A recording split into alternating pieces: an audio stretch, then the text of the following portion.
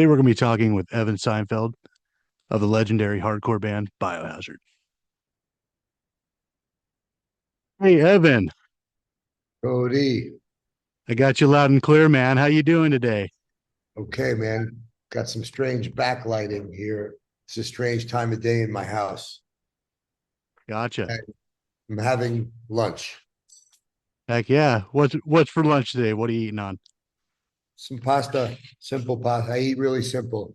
Yeah. Pasta with the Cecchio olives, Italian olives. Baby, come say hi to my friend Cody. We're on an interview. Hello. Hola. That's my Mexican Barbie. Nice to meet you. So, first things first, my friend, I want to talk about the order of the day is that you guys in Biohazard are going out on tour with Sepultura, Exodus, and Tribal Gaze for a US tour from April 29th to May 29th. You want to tell me a little bit about this tour here? Well, it's exciting because we put out our new album and we had like a break. It was odd. Usually we go right out on tour, but kind of letting the hype build up a little bit and looking for the right opportunities.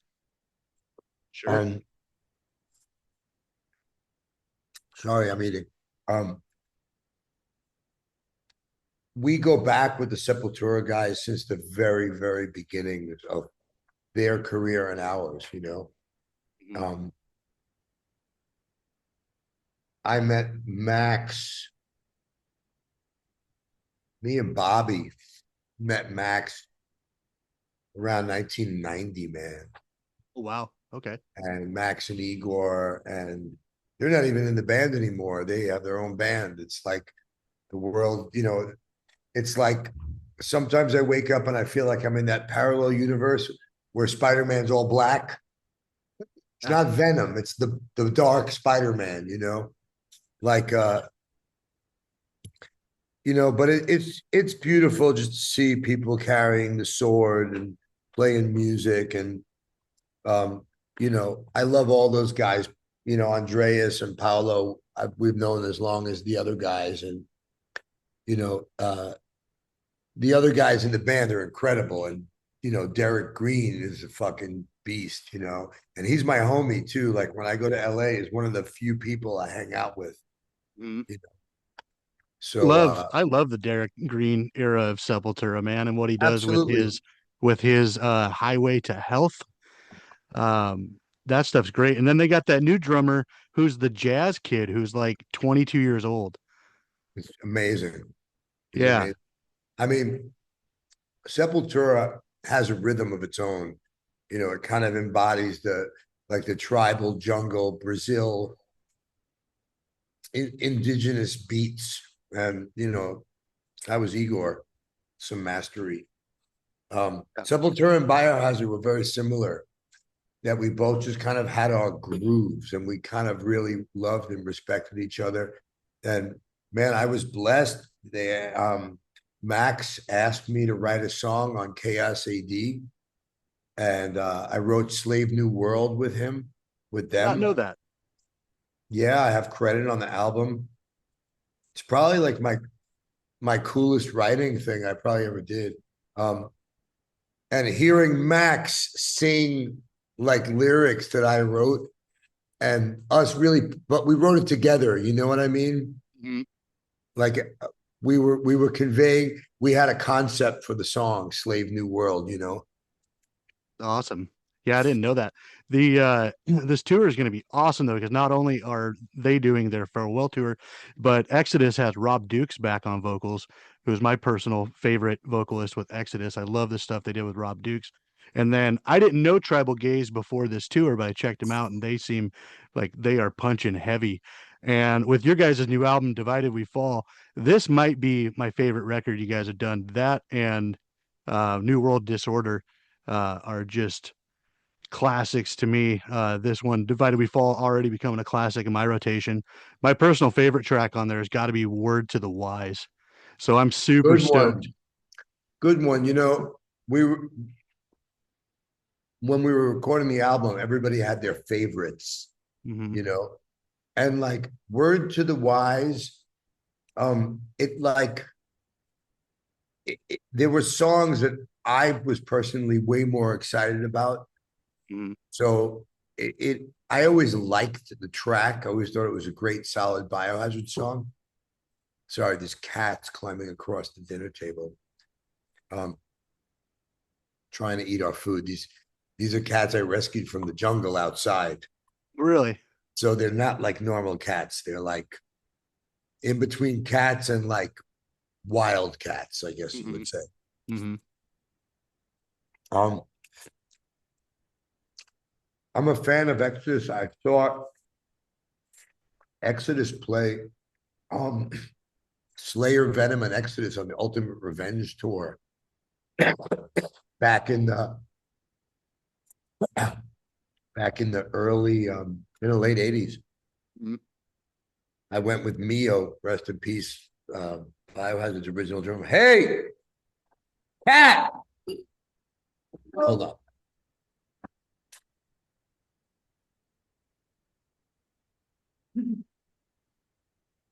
The other one too. Grab the other one. Sorry, it's like like a normal house cat knows that the food on your fork is off limits. But these cats are like they've been starved in the junk, Yeah. so they don't know where the next meal is coming from. They're fucking crazy. So Gotcha. they're fine as long as there's no food around. Yeah. Oh, Um, oh old yeah, school brother, not trying Exodus to. was OG thrash, man. Biohazard had one foot in thrash when we first started out. Hmm. Played with bands like Exodus. Eventually, we opened up for them at Lemore's in Brooklyn in like maybe 1989.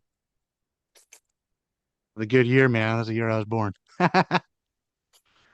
So I'm you and excited I, about the tour, and there's also sorry, there's a we have a few headlining shows in between days off. Like there's a day that Sepultura is playing at Welcome to Rockville, which we played 2 years ago with Judas Priest and Motley Crue at the Daytona Speedway, where they have the Daytona 500.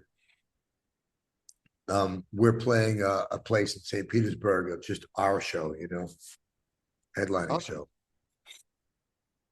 Oh yeah, that's exciting. Want to tell people, so you and I know each other through mentorship, and that's something that I really want to talk about today. Um, so it is a men's group that you founded. Um, and I kind of want to get into what it is for people, but then also uh, about the book and about how the book kind of came first. And I kind of want to ask you to pick your brain on what kind of inspired the book and then thusly the men's group and then into Full Metal Fitness, which kind of dovetails, I feel, and kind of how that all kind of parlays and what it all is. Well, thank you for a good outline. A guy like me who's neurodivergent of some type of ADHD. I love all these memes that say maybe you don't have ADHD, maybe you're a genius. I love everybody entertaining that idea. Okay, so I'm 58 years old, young, going strong, whatever you want to call it. Um, back to your comment about Exodus. If you look at, I don't know, look at Black Sabbath. The band that started it all, right? Mm-hmm. There's the Ozzy era. There's an album with Ian Gillan. There's the Ronnie James Dio albums that are amongst the finest. You can appreciate different eras of different artists. And I think that's part of the beauty of, these bands that have longevity, you know. Um, Biohazard, we're really fortunate that we were able to get back together the four original OG members, the original drummer before we had an album, before we got signed. was Anthony Mio, my brother, rest in peace. Um, but I knew Danny years before I knew Anthony. Mm. And me and Danny used to play together. And, um, this is essentially the original band. You know what I mean? Like, sure, if we always speak respectfully of Mio in the beginnings, but, all the fucking, 38 years worth of concerts. And there were some years that Biohazard played 300 shows in a fucking year in 300 different places. My 20s, early 30s, there were some years that those Urban Discipline and State of the World Address years. I mean, in those two album cycles, this band, probably did, you know, close to 1,000 shows, festivals, main stage, side stage, playing in it, unannounced and illegal squats, getting the plug pulled on us at major festivals, riots breaking out, every crazy, rock and roll thing you could think of, always, a lot of fighting. There was always a lot of violence around. It was different times, Um, Dovetail, as you said, I learned what that meant when I was getting my first custom bass made for me by Fodera Guitars out of Brooklyn, New York, Minnie Fodera and Joey Loricella. And they were already making like the nicest fucking basses. They were guys who worked before with like Ken Smith and Spector, and they were handcrafting these beautiful, ash and ebony and folded maple, like beautiful woods. And they were making basses for like jazz guys like Anthony Jackson and Victor Wooten. And I remember I approached them about getting sponsored, and they sponsored me.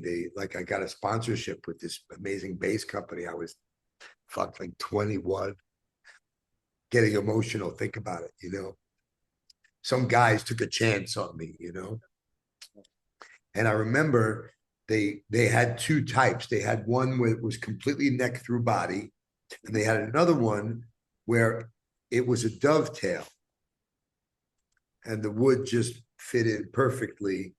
And this way it sounded 99% like a neck through body.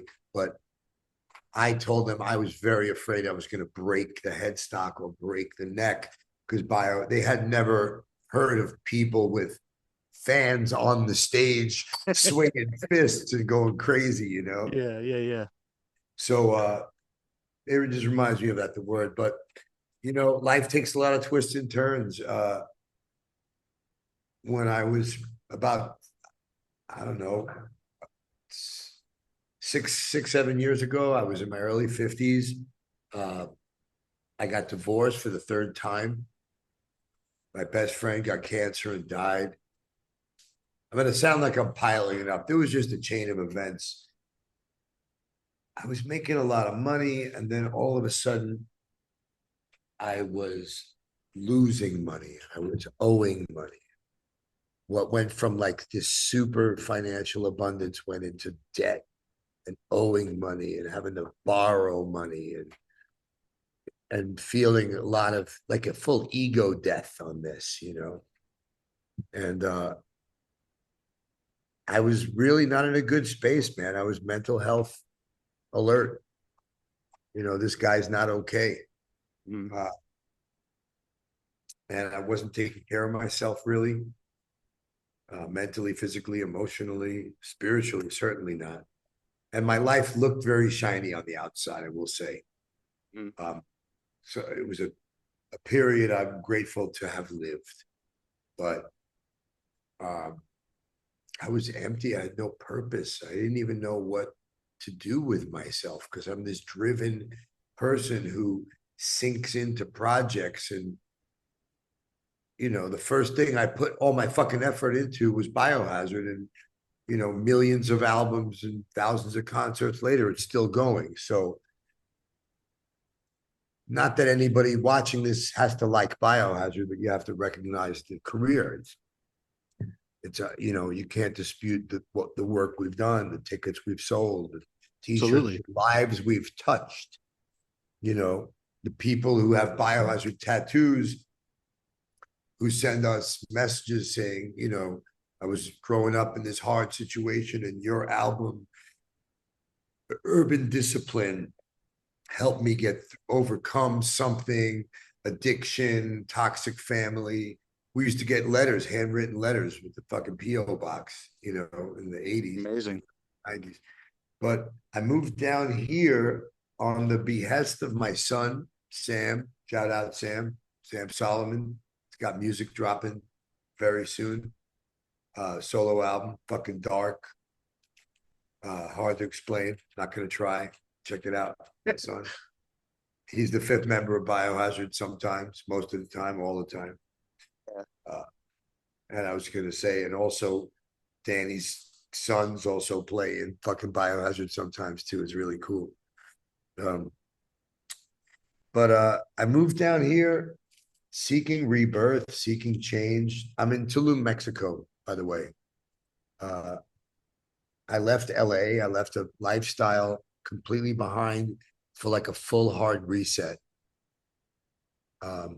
My life wasn't working for me anymore. I wasn't satisfied with the life I was living. I felt a sense of emptiness and a sense of almost like longing for something that I don't know what it is. And tell you the truth, I had a long career as an actor. I had a lifelong career in music and done a lot of things there. I worked in a bunch of different industries, a lot of people know, and I've done a lot of things that took a lot of energy. And, you know, in my book, I talk about expectations, about not having expectations about anything, because, you know, no one knows the future and nothing ever turns out exactly as planned. And we create these disappointments waiting to happen. But I had a great attachment to the idea by the time I was this age, I'd be financially set or stable and have money in the bank and have this or that. You know, what do you really have? Well, these were ideas before I moved here anyway. And this was the first time in my life, Cody, I didn't know what I was going to do. Like I just do without question. I never had to think about what do I want to do. I'm plugged in, connected to myself, motivated, driven person. And I have the body of work to show that with the failures along with the successes. It wasn't for lack of putting in hard work and trying, right? Sure, of course. I moved down here and I had no ideas, Cody. I told my son, I'm gonna write a book. I don't know what the book's gonna be about, but the idea is that if I can figure out how to reinvent myself yet again to satisfy this identity crisis that I'm having, that leads a lot of men to suicide. And Absolutely. I'd be lying if I didn't mention that I'd been thinking about suicide. I never ideated it. I like living way too much. I don't think I'm the personality type. But things got really dark and it was an idea at least, you know. And so I just started writing, man. I started writing about ideas that could help me change my perspective. I realized I had grown a dis-ease with the world, with life, with people, with religion, with politics, with culture, with the way people are, with the way I was. I really didn't like, let me not put this on other people. The person I probably detested the most was myself. I feel that. And that wasn't a feeling I really ever had experienced before. Like, you know, sometimes, you know, the only thing constant is change. Sometimes we're changing in the wrong direction. And man, I was living in LA. I feel like I was living completely in my ego. I had no separation of self and ego. And what a fragile ego it was. I was so argumentative, fighting with people all the time, everybody about everything. Not a good way to be. And I moved down here and I didn't know what to do. So I had a business that was making me enough money to live down here. And I was able to do the work from here. Mhm. And I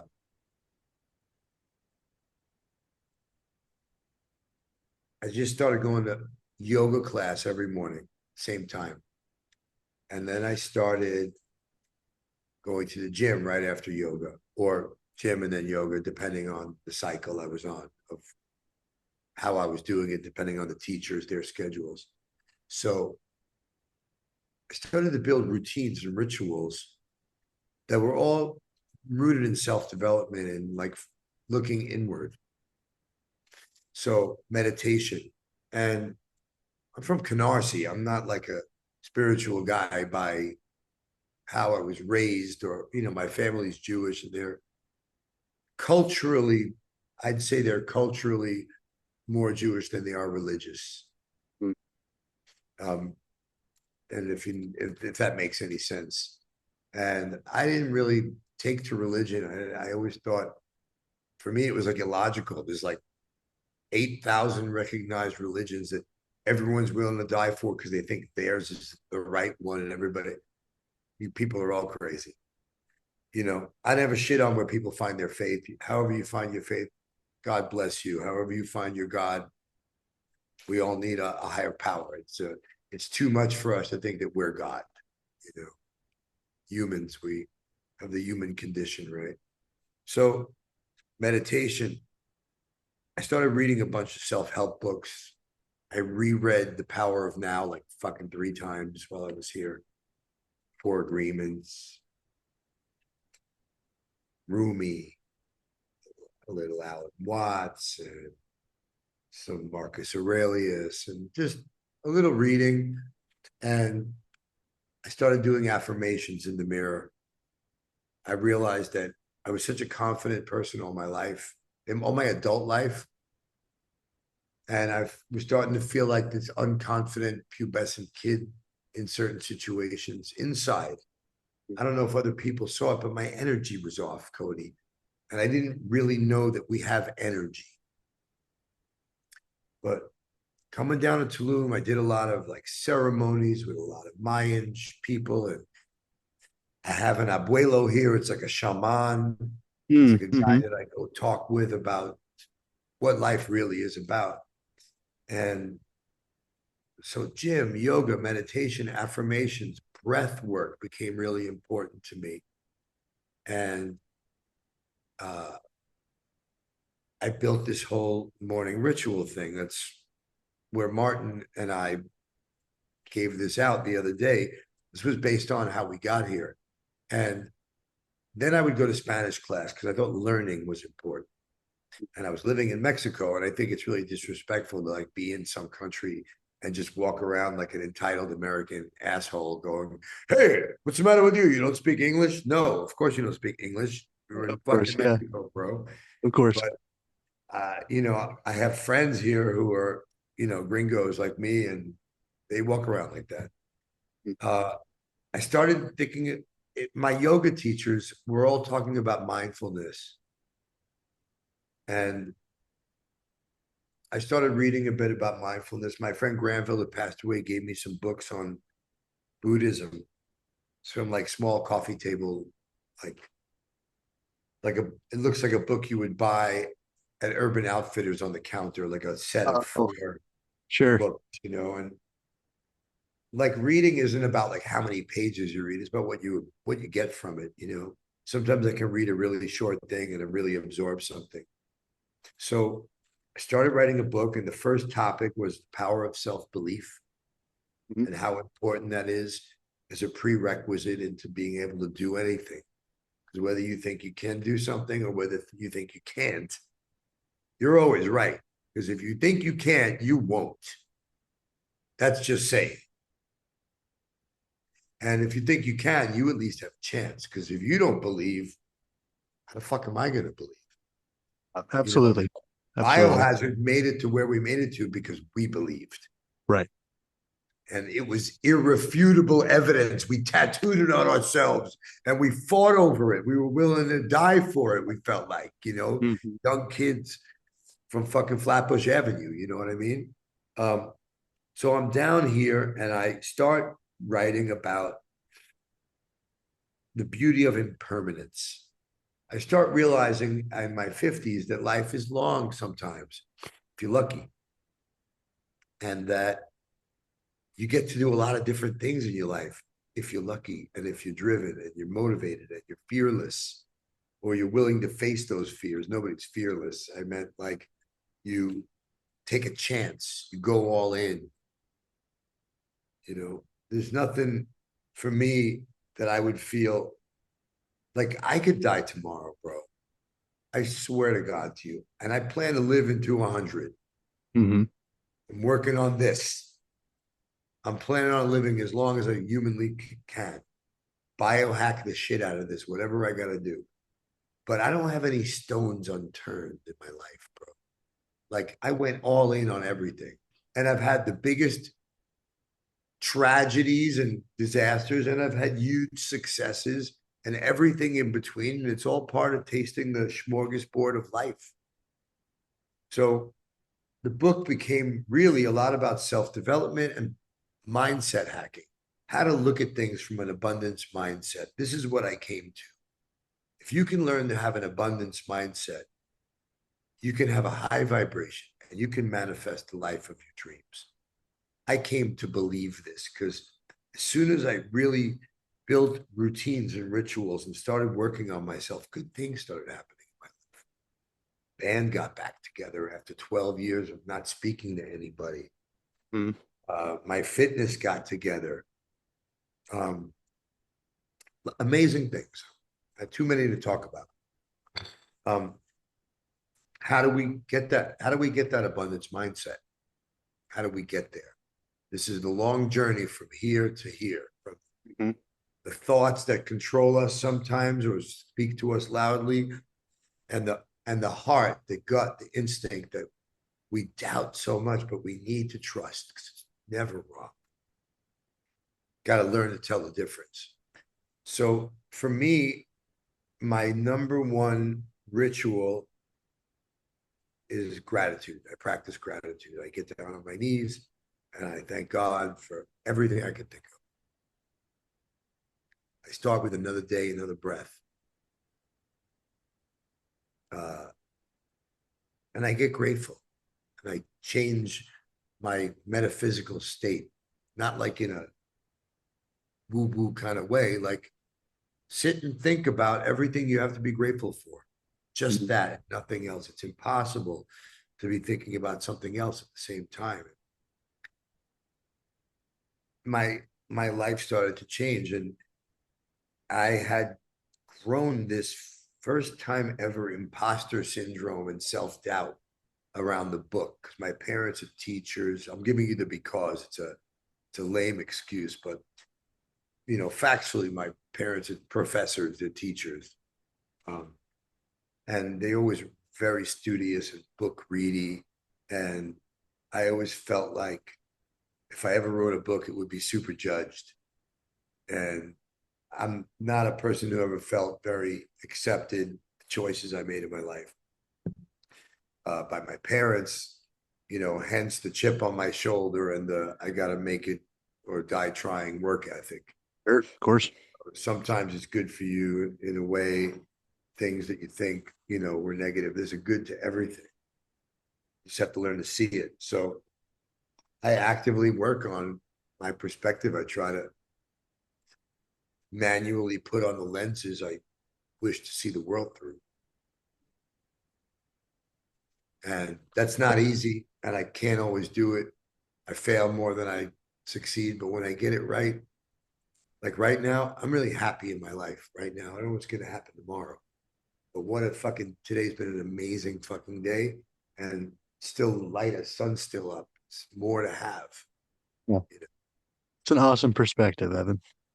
Hey, I didn't always feel like this. There was a lot of times that I might have had a lot of material things, but I was in a lack, poverty mindset, focused on everything I didn't have, what I wasn't getting, what um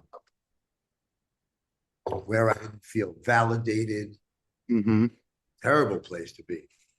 poverty place to be. You could have $1 million in your hand, fucking poor as fuck when you think like that. So I moved here, and this is how mentorship started. I was writing this book, having imposter syndrome. I didn't know what to do. So I invited all the guys that I was friends with that I knew who I thought were like thoughtful, good men, you know. And I invited them over. I lured them over with food. I had this lady, Mama Lulu, who was from Oaxaca, who made this huge feast. I mean, an incredible feast. 10 guys came over. Still friends with all these guys. We all still talk. And I said, I'm going to read from my book and I just want some feedback. If you think it's good or not, maybe I'm just high and I just repeating other things I heard, which I mean, everything we've heard, everything anybody writes, they've heard somewhere in some way, but that maybe this wasn't completely an original bunch of ideas. And I was second guessing myself. And I was so unfamiliar with this feeling. It was haunting. I know a lot of people live with this. I'd never experienced this. So I called these guys over. So I read from the first chapter of the book. We're up on the rooftop in the middle of the jungle in Aldea Sama, in a place called Amaya.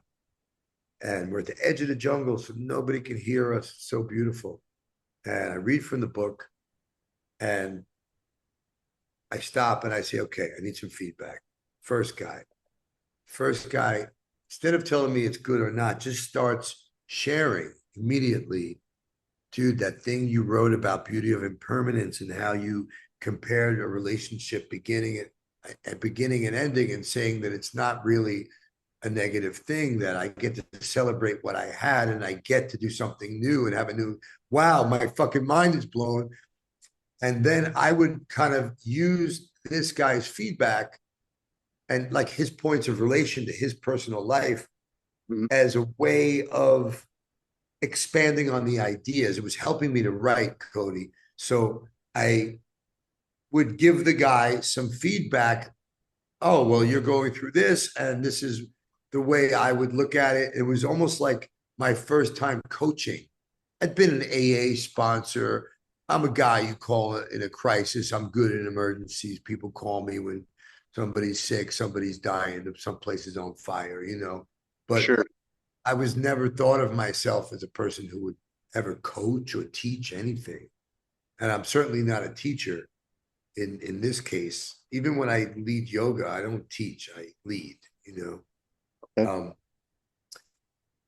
Second guy gives feedback, I give him some feedback.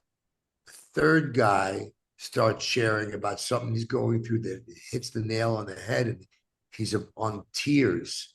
Tears are rolling down this guy's faces. And I'm about to give him some feedback, and some other guy chimes in and said, what I would say, and like, I'm fresh out of LA. I just want to rewind you back. This is 4.5 years ago.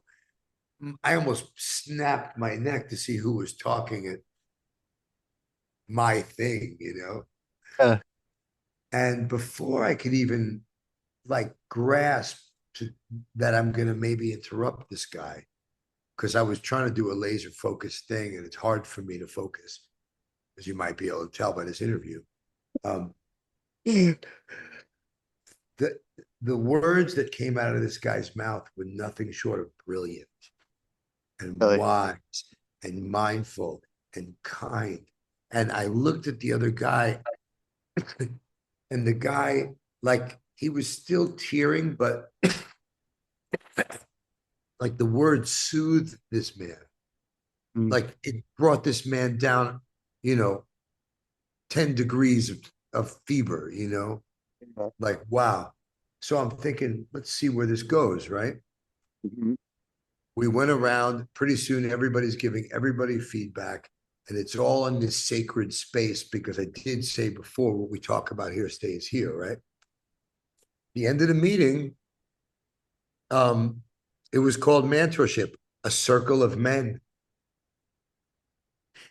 I have like a sheet my assistant Max, who lived in LA, used to make a sheet for every meeting with the topic. I have them all. I'm going to put one or two of them in the book. But at the end of the thing, we went downstairs, we ate, we hugged, we all thought it was great. And then one of the guys turns around and says, "So, same time next week?" And I was like,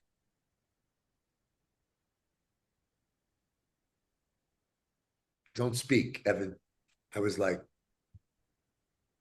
"Okay, learn to listen," right? I didn't know what we were going to do next week.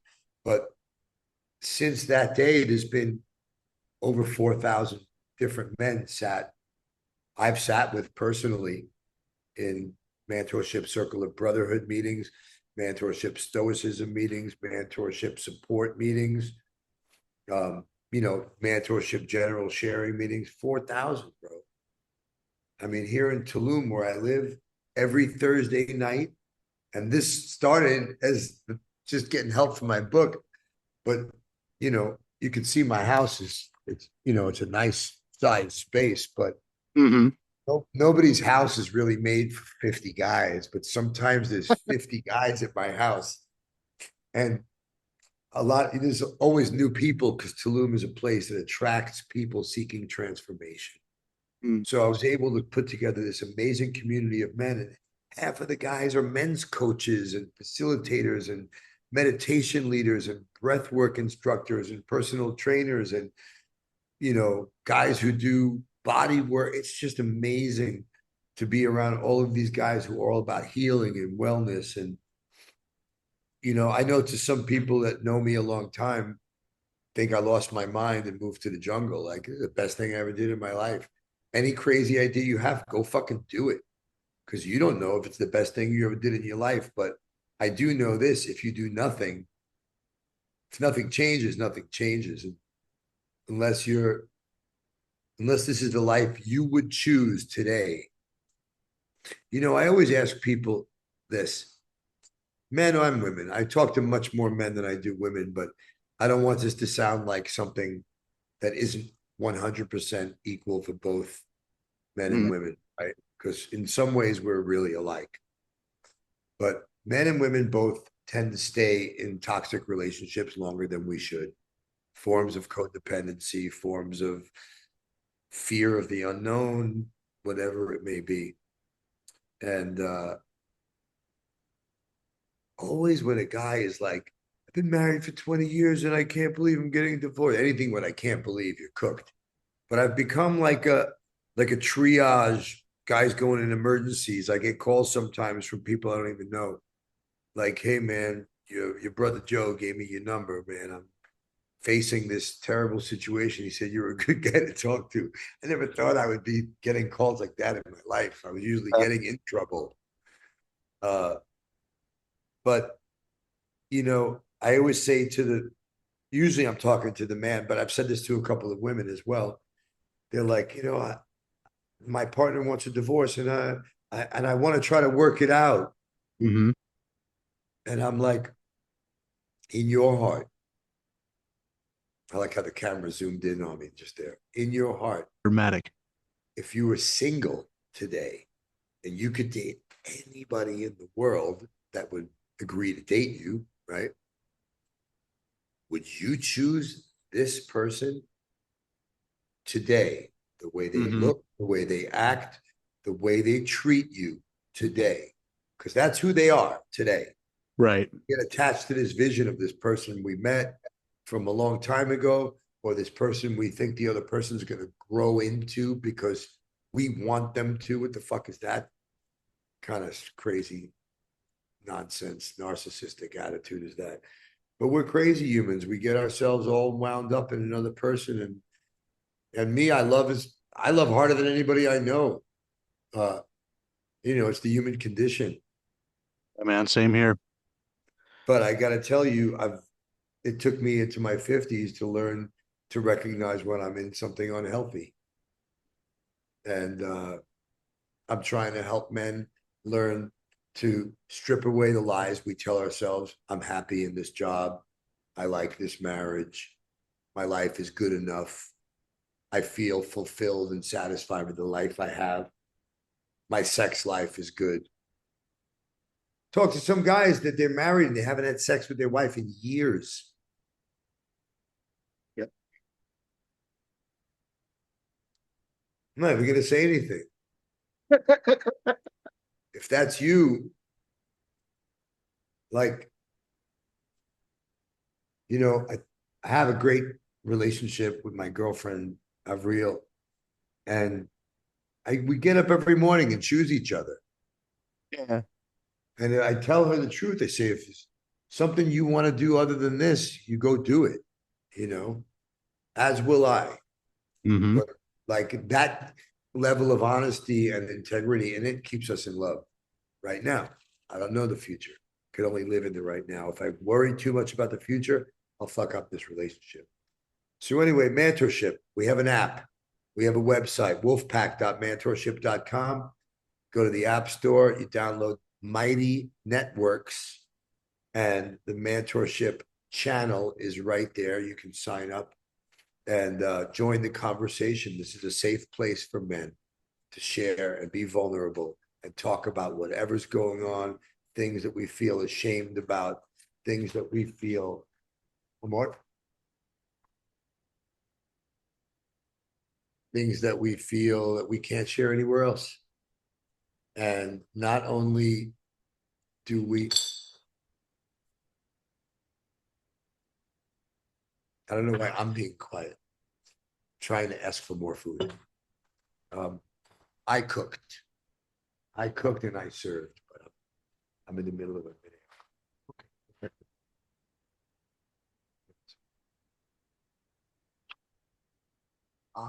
Very nice. I will testify to some mentorship stuff. So I've been coming to the meetings on Sundays virtually for a little over a year now. And it is something that I absolutely look forward to every Sunday. And, admittedly, when I began, it was mostly because, hey, dude from one of my favorite bands has an app out there that is aimed towards mental health. And it was something that I desperately needed, but you were definitely the drawing power for me personally. Now that I'm a year into this, and there are consistent men that I now consider friends that I get a hold of on my off time. People like Tim and Martin and stuff I just call and talk with. And now I'm just as excited to just talk to these people and share issues, both good and bad, triumphs and failures of life with these men that I now consider true friends. And so it has become an invaluable tool in my personal life, and it's Well, it's great.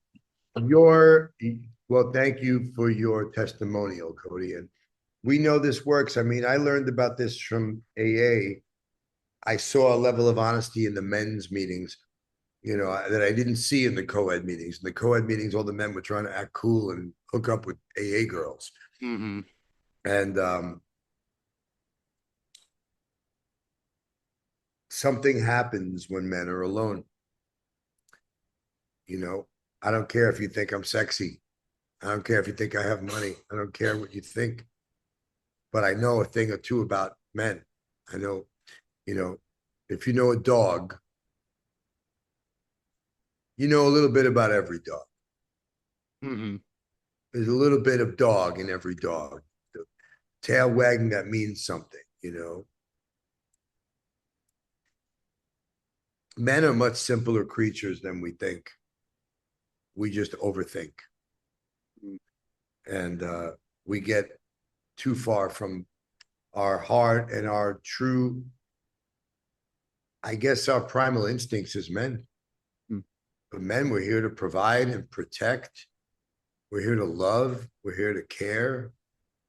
And instead, we've become 99% of the violence, 80% of the suicide, and 100% of the war. So let's try to get a little better. I'm not here saying I have any of the fucking answers, man. Mm-hmm. But I'm willing to ask the hard questions and look in the mirror and be honest with myself about what I want and what I don't want in this life. And that sounds like an easy question, but people Well, are afraid to answer that question because it involves other people. People have attachment to what they know, even if it sucks, even if it's fucking abusive. mm, very You true. know, we recreate our childhood traumas in our dynamics in life because they seem familiar, Mm, even though we swear we don't want that.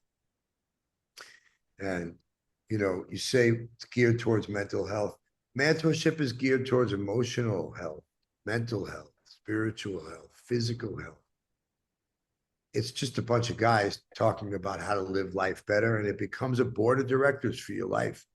I've heard you personally in a meeting without, I would never talk about what a man talks about in a meeting, but say, hey, I've got this situation. I'm dealing with this thing. I'd love to know what some of you guys might do. That's super fucking valuable, man. absolutely. Um, we're able to help each other save each other time and aggravation over things, you know? And if we can really be honest with ourselves and have the courage to go after the lives we really want, anything is possible, man. Nobody's Absolutely. special. What if you could talk to 20-year-old Evan now, what do you think the biggest misconception about being a man is that you've seen kind of become wholly false from the age of 20 to where you are now? It's a great question. Well, I mean, I grew up in Brooklyn. It was a super, the men that were admired and respected were feared. And I thought like physical intimidation was power. And I guess it can be in a sense. But really, unless you're talking about survival, you know, usually it's covering for something else that's pain and hurt. And really, it's weakness, you know. Uh, I do know what I would say, you know, my second book is going to be much easier to write. Um, and I'll tell you, the second book is going to be called 10,000 Years of Male Wisdom Passed Down to Our Younger Selves. Hmm. It's going to be 200 men, average age of 50 or so, however I chop it up. And what would you tell your younger self? You can only tell one thing. You Hmm. show up to your 16 or 18 or 20-year-old self, and it's like that movie Butterfly Effect. You're Ashton fucking Kutcher right now. You're Yeah, like, yeah. bro, I am future you. I got 20 seconds, and I'm only allowed to tell you one thing. Go. Mhm. I would tell myself to always trust my instincts and never fear change. And the second I feel that instinct telling me some change needs to happen in your life, to lean into it, run to it, put fucking gasoline on it. Because my only regrets that I have in my life were getting comfortable and doing repetition when I wasn't really feeling fulfilled. I feel like I was managing my life. If I got really honest, you know, I would have got married all three times, all over again. Needed to do that. Uh, the third one kind of ran its course, and I kind of knew in my gut that I needed to do something different in my life. That the relationship wasn't serving me. It had nothing to do with the other person, really, you know. But hanging on to the idea that loyalty, no matter what, even if it harms you, is the thing to do, or um, giving up your own happiness for somebody else's is a valiant, it's what a real man might do. No, that real man's going to get really pissed off after a certain amount of time, or really depressed, or Yeah. really angry. He's going to get addicted to drugs, to alcohol, to masturbation. He's going to become a cheater. He's going to have a secret life. He's going to have a terrible fucking time. For what? For fear of change. So it's about how, I'm working on with um I'm working with an editor. I'm working with a company called Spines that they help you get your book out. They put you on Mhm. over 100 platforms. So our goal is to get it out by May. So when I go on tour with Sepultura, I could hypothetically, if the books are in hand, I could do like book release signing events. I could give a mentorship talk or have a circle in every place I go. Biohazard has 35 shows in Europe booked this summer. We've got a dozen shows in South America coming up. I can take this message all over the world with the goal in every city in the world popping up a fucking mentorship, fucking wolf pack, and people being able to meet in person and on the app. And my vision is 1 million men in the app and people sharing all day long, like one room where just you're going through something, you pop in, it's constant. People are coming in and leaving. And then scheduled meetings throughout the day on different topics: fatherhood, entrepreneurship, mental health struggles, things like work life balance. My book has a course in it. Mentorship has a course. It's called Mandatory. And I only like that. the mentors, the guys who helped me develop it here in Tulum, have ever seen it. But I think it's going to help a lot of guys. And once again, not like I have the fucking answers, because I know that all the fucking haters whose comments I don't read will be somehow trying to shit on guys trying to help each other level up their lives, become Sure. better versions of themselves. You know who shits on shit like that? People who aren't I hate working on themselves. themselves. So fuck off. Go Yeah, fuck yourself exactly. in Exactly. advance. You know, me, like, I'm a gym guy. Like my temple is the gym. I practice yoga and I consider myself yogi, but like my Instagram for the last 6 months in the handle says International Gym Bro, because I'm kind of like a guy who makes friends very easily, and I love the gym and I love fitness. Today I led a beach workout here called Beach Fit with men and women running up and down the beach doing yoga. And why I was bringing up the gym, Cody, help me out here, bro. Because I want to talk about Full Metal Fitness. Yeah, we're cutting into that. That's coming next, but there was a punchline to this. It's going to come back to me. Um, I've been overweight and out of shape fucking several times in my life, and I'm in the best shape of my life at 58. And the number one thing that people ask me is like, how? Like, what the Sure. Of fuck? course. And I love to be inspirational to other people. I learned something about myself here in Tulum, and I found my new purpose. And that's why my life is going so well. And that's why I'm in love. And that's why my businesses are going well. And I'm proud to announce I just launched my own fucking fitness app and starting a career as a fitness coach and trainer at age 58, with dreams of holding events in fucking arenas and stadiums where we fucking work out to heavy metal and we get in fucking boxing ring with each other and we are physically tested and we learn about biohacking and wellness and we hydrate and we eat healthy shit. And then there's a fucking metal concert with a huge band and a mosh pit at the end. Um, Man. this is the full metal workout.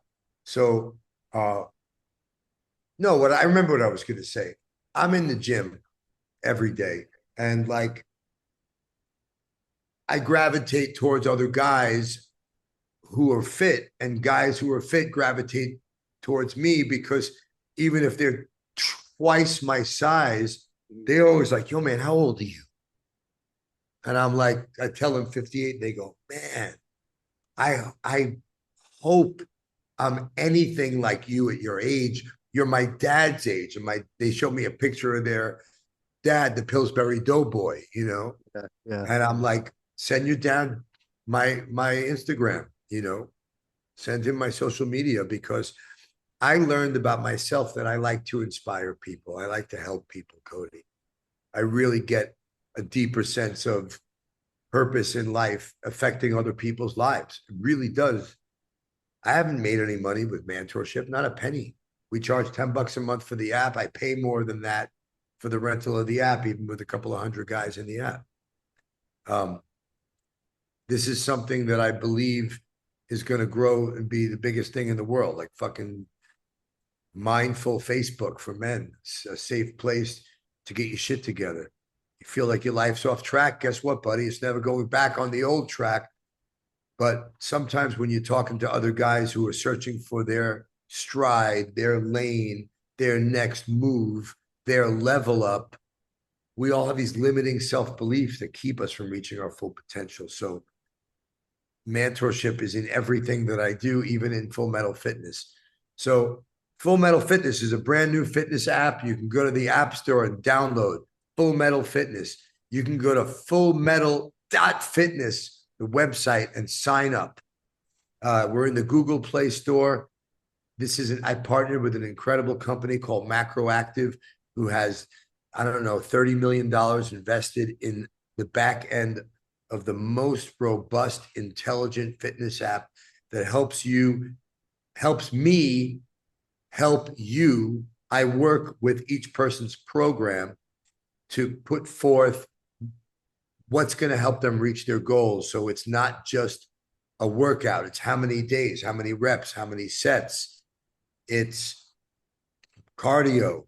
It's above everything, diet. It's a meal plan. You're a vegetarian, you're vegan, you're carnivore, you're zone, we got a meal plan for you with recipes and shopping lists, and take all the guesswork and the thinking out of it so you can just show up, put on your headphones, listen to fucking Pantera and fucking lift weights and do the fucking thing every day. Because somewhere, hopefully during this interview, they put a before and after picture of me, fat and skinny. And I can tell you, I'm not fucking special. I was fucking fat as a house and out of shape and huffing and puffing on stage. And, you know, now I have friends that are in their 20s that can't keep up with me. And you can change your life. Anything's possible, but you got to put in the work, the discipline, the consistency. And how do we gain that? Well, when you join something and you're part of something that's like a movement, that's like a crew or a membership, a fraternity, a gang, and you're getting fit with a 50 or 100 or a couple of hundred other people, and they're also all metal fans who can share playlists and share songs. I'm going to be publishing the Full Metal playlist this week, Cody. And this is like basically a group of songs that I'm working out to this month. The first month is really based around old school metal, a lot of Priest, Sabbath, Iron Maiden, staples of my workout. Because you could say, you know, anybody could go on fucking YouTube and find every exercise that's in every fitness app. It's all there. But we have a weekly accountability call, a warriors call, men and women. We get in the fucking call and we talk about accountability and discipline, and we hold each other accountable. Sometimes a little self-imposed peer pressure is just what the fuck you need to show up when you don't feel like showing up, when it's cold, it's raining, and you don't want to work out, or you worked all day and you don't feel like you have energy. Drink a fucking energy drink. Take a fucking shot of coffee and go do the thing. You owe it. The only thing that feels worse than dragging your ass to the fucking gym or going out running when you're fucking tired and cold and lonely is not working out and knowing you didn't show up to something you committed to. When you make a commitment to something and then you show up for that commitment, you build trust with yourself. And my friend, Cody, that's what confidence is. I'm confident in me, and it shows in how I do things. Sure, it's taken as being an asshole to some people, but my intention is, almost always really good. Yeah, yeah. So if you like metal, hardcore, punk rock, and you want to get in shape with us, you want to join us. We are a crew coming out with fucking merch, hoodies, and hats, and sleeveless like fucking gym shirts and shit. And we got this cool logo, kind of looks like my pirate Jolly Roger. It's like a six skull with like two dumbbells. Mm-hmm. My life is about fitness. When I'm in the gym, what I was trying to say before is I'm the first guy to walk over to some older woman who's overweight and struggling with the equipment. I'm the first guy to walk over and make them feel comfortable and try to help them. I get a really good, uh, I get a boost in my humanity when I help other people, bro. It's And awesome. it's in my heart. So Biohazard on tour, Divided We Fall. Let me let Cody do this. This is your moment, bro. For sure, man. The last question that I've got tonight is going to be when you're out on tour, whether that be world tour, US, European, wherever. What are a couple of cities that you heavily anticipate going to because of the food or because of sightseeing or anything to that nature? Yeah, it's funny you say that because, you know, like you think about the tour dates and I my first idea I ever had about a book to write was going to be called The Other 23. And it Okay. was about touring in a band and having to be in, Des Moines for the other 23 hours of that day. You're there for the fans and the music and the show. You really don't have a destination in any of these places. Okay, sometimes it's really cool because you're playing in New York, you're playing in Paris, you're playing in a castle in Croatia on the top of a mountain, and it's beautiful. But sometimes you're just playing in a fucking strip mall in the middle of fucking America, and people are fucking shooting guns outside. Me personally, I like I love to go to big upscale cities that have really fancy, expensive gyms with saunas and steam rooms and shit like that. Um, and food wise, um, I mean, I live in Mexico. I love when we play in Mexico because I love Mexican food. But I'm an Italian foodophile, and I used to own a pizzeria. I grew up working in a pizzeria. Um, I grew up in a neighborhood that was, I would say predominantly Italian and Jewish and Irish, and the Italian food was the thing. And uh, my one of my guilty pleasures on tour is I get in like Google Maps and I look for the best, 5-star Italian food in town because I eat really super clean. During the day, I pretty much just eat fruit, eggs, uh, coconut based things. I eat really clean avocados. And then I have usually for dinner some pasta, like I just had, in a salad, a little dessert I might share with my girlfriend. I watch my portions, but I'm really picky and I'm a foodie. And I lived in New York and LA where the food is expensive and really good. And I find everything to be kind of shitty everywhere, except for like best places in Europe. France, the food is great. Italy, the food is great. Italy in the gas station, the food is good. Uh, but my guilty pleasure is I find the best Italian restaurant and I go either with my girlfriend or with my son or by myself. And I sit down and I have a good meal because the best Italian restaurants in every city, I would say 90 something percent of them are owned by Italian people who came from some town or city in Italy where they brought their authentic recipes. And that's why they have 1,700 5-star reviews. And something I know about, Italian restaurant owners are very proud of it's about the food. And like they wouldn't let their food be not amazing or fresh. Yes. So this is how I kind of eat what I love and kind of clean on the road. But there are some countries where the food is just like, eh, you know. We play a lot of shows in Germany. The food in Germany is nothing to be like. It would never occur to me to say, let's go to a German restaurant. Okay. Oh man, All that's right, funny. Cody, I got to bounce, bro. All righty, man. Well, Evan, thank you very much for your time today with us with Metal Nation. Check them out on tour once again, April 29th to May 29th, coming to a town near you. Take care. Let's fucking go. Later, Cody.